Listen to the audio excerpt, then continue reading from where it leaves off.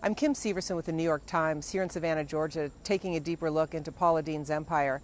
I spoke with Dora Charles, a black cook who for 20 years helped Paula run her kitchens. They were so close, Paula called Dora her soul sister. But now Dora Charles is telling a very different story about life with Paula Deen.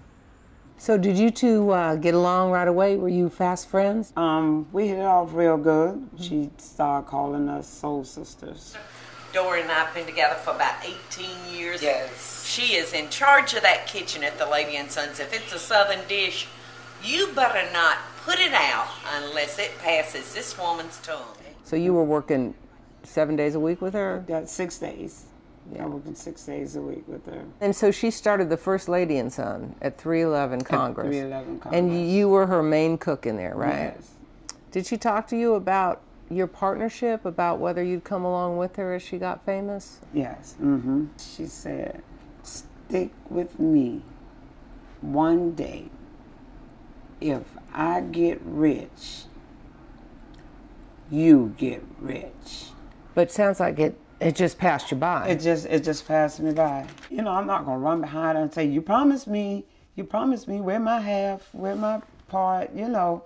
It wasn't all about that. Actually, all I was looking for was a good salary.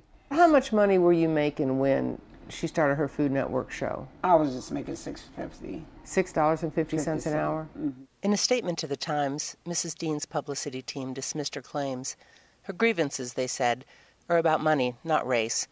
The statement describes her as, quote, an employee that despite over 20 years of generosity, feels that she still deserves yet even more financial support from Paula Deen. I told her at times I didn't have enough money to buy my own medication.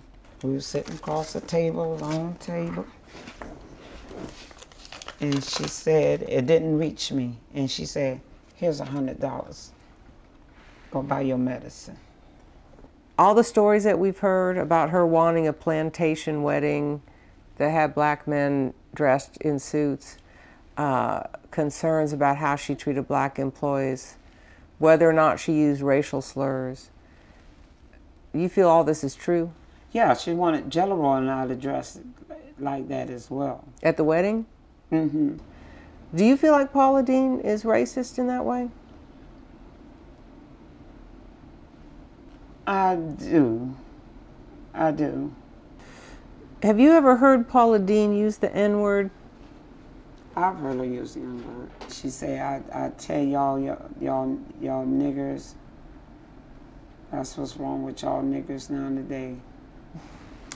Why are you coming forward now to tell your story? Because they didn't give me what I deserve.